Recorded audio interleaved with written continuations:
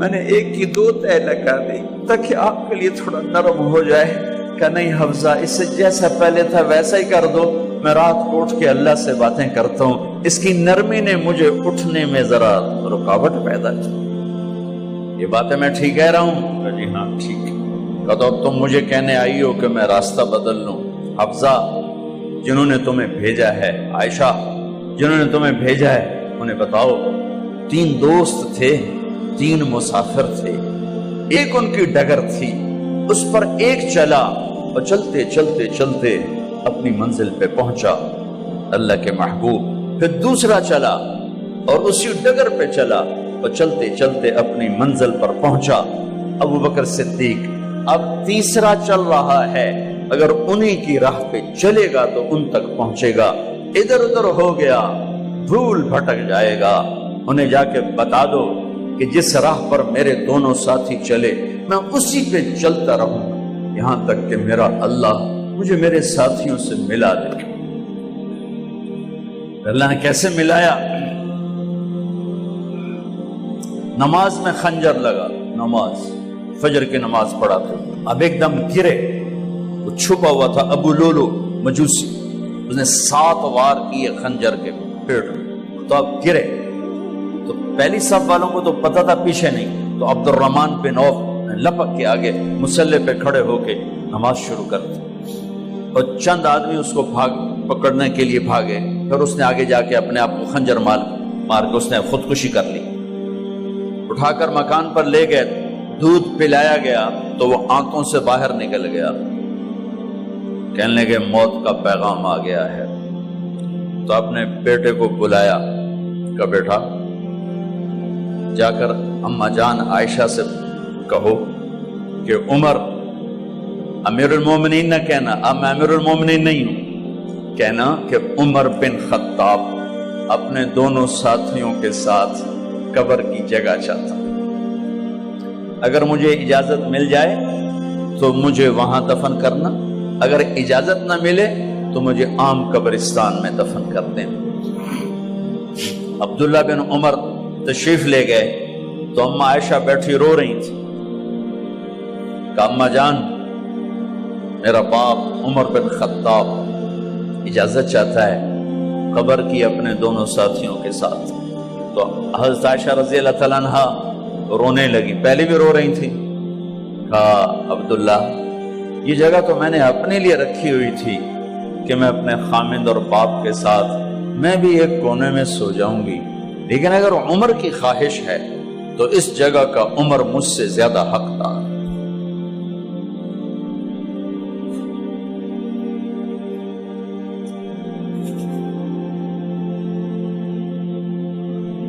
بیٹے نے آ کر کہا ابا جان مبارک ہو، اجازت ہو گئی. کہا بیٹا ہو گئی، لیکن جب میری میت اٹھاؤ تو دروازے پر جا کر رکھنا اور ایک دفعہ دوبارہ پوچھنا. ہو سکتا ہے میرے شرم میں اجازت دی ہو اور میرے مرنے کے بعد انکار فرما دیں، تو ایک دفعہ دوبارہ پوچھنا. اس وقت بھی اجازت ملے تو پھر لے جانا، ورنہ واپس لے جانا. حضرت علی اور حضرت حسن تشریف لائے جس دن انتقال ہو رہا ہے. تو گھبراہٹ دیکھی تو علی نے فرمایا عمر موت سے ڈر گئے ہو؟ کہ نہیں موت سے نہیں ڈرا، موت کے بعد کیا ہوگا اس سے ڈر گیا. یہ کون کہہ رہا ہے؟ میرے بعد کوئی نبی ہوتا تو عمر ہوتا، یہ وہ کہہ رہا ہے. یہ کون کہہ رہا ہے؟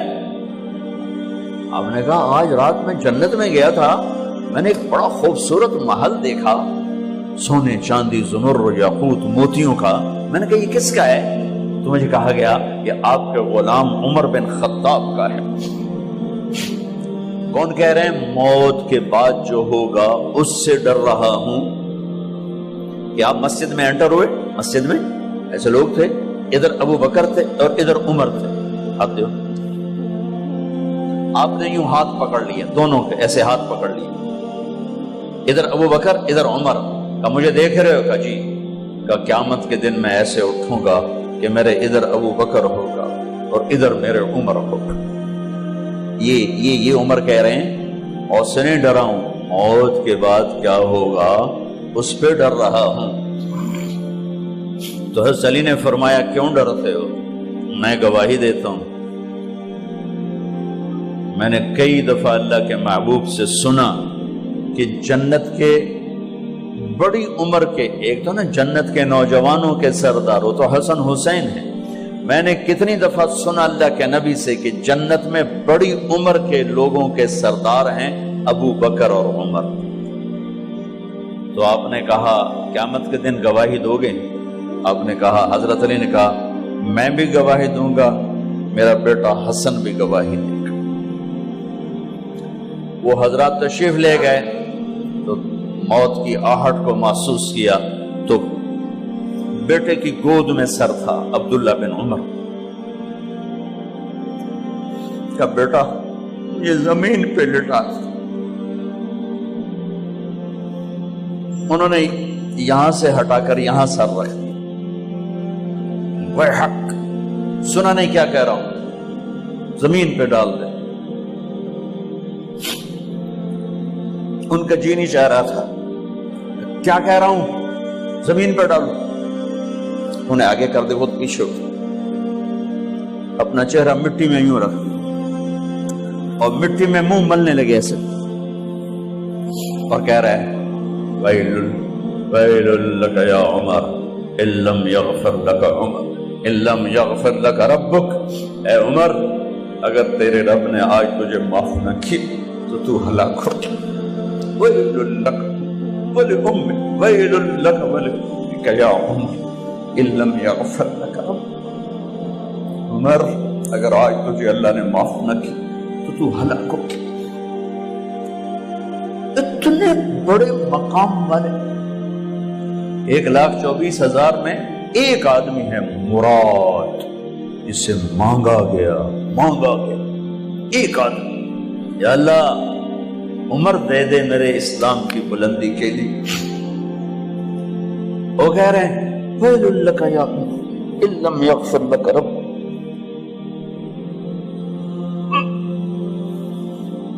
اے عمر تو برباد ہو گیا اگر تیرے رب نے تجھے معاف نہ کی۔ یہ کہتے کہتے جان نکل گئی۔ صہیب رضی اللہ عنہ نے آپ نے وصیت فرمائی تھی میرا جنازہ صہیب پڑھائے، رومی جنازہ پڑھایا گیا، کندھوں پہ اٹھایا گیا، اور آ کر اماں جان عائشہ رضی اللہ عنہ کے دروازے پر عبداللہ بن عمر، باقی تو کوئی پتہ نہیں تھا کسی کو، کبھی ٹھہر جاؤ جنازہ یہاں رکھ دو، پھر آگے بڑھے، دستک دی، اماں جان میرا باپ عمر بن خطاب دروازے پہ پہنچ چکا ہے، اندر آنے کی اجازت ہے۔ تو اماں جان عائشہ نے فرمایا مرحبا بعمر، ہم عمر کو خوش آمدید کہتے، اور باہر تشریف لے گئیں۔ وہیں حجرہ مبارک میں قبر کھودی گئی۔ عبداللہ بن عباس فرماتے ہیں کہ میرے کندھے پر کسی نے ہاتھ رکھا تو میں نے یوں پیچھے مڑ کے دیکھا تو جناب امام المتقین حضرت علی کھڑے ہوئے رو رہے تھے اور فرما رہے تھے عمر مجھے پتا تھا تیرے سوا یہاں کوئی نہیں آ سکتا، مجھے پتا تھا یہاں تو ہی آئے اور کوئی نہیں آ سکتا، چونکہ میں نے ہزاروں دفعہ سنا خرجت انا و ابو بکر و عمر دخلت انا و ابو بکر و عمر، میں نے ہزاروں دفعہ اپنے نبی کی زبان سے سنا میں اور ابو بکر عمر گئے تھے، میں اور ابو بکر عمر آئے تھے، میں اور ابو بکر عمر اندر گئے تھے، میں اور ابو بکر عمر باہر گئے تھے، میں نے اپنے نبی کے نام کے ساتھ تجھے اور ابو بکر کو اتنا سنا ہے کہ کسی کو نہیں سنا، لہذا مجھے پتا تھا تو اسی جگہ پہ آئے گا، تیری یہی جگہ ہے۔ میرے بھائی بہنوں، یہ وہ لوگ ہیں جنہوں نے رضی اللہ عنہ کا ٹائٹل جیتا اور پھر روتے روتے مر گئے۔ مجھے کیا خبر کیا ہونے والی، آپ کو کیا خبر کیا ہونے والی؟ بے شک میرا رب رحیم ہے، اس کے رحم کے تو فعلی کام بنے گا، کیڑیاں تقریراں تے کیڑے علم، کیڑیاں نمازاں تے کیڑیاں سجدہ، کم تو اس کی رحمت پر بنے گا، پر یہ اعمال اس کی رحمت کو لینے کا راستہ ہیں۔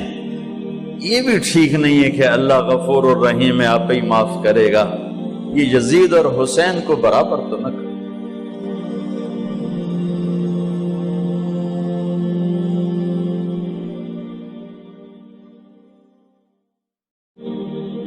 22 لاکھ مربع میل میں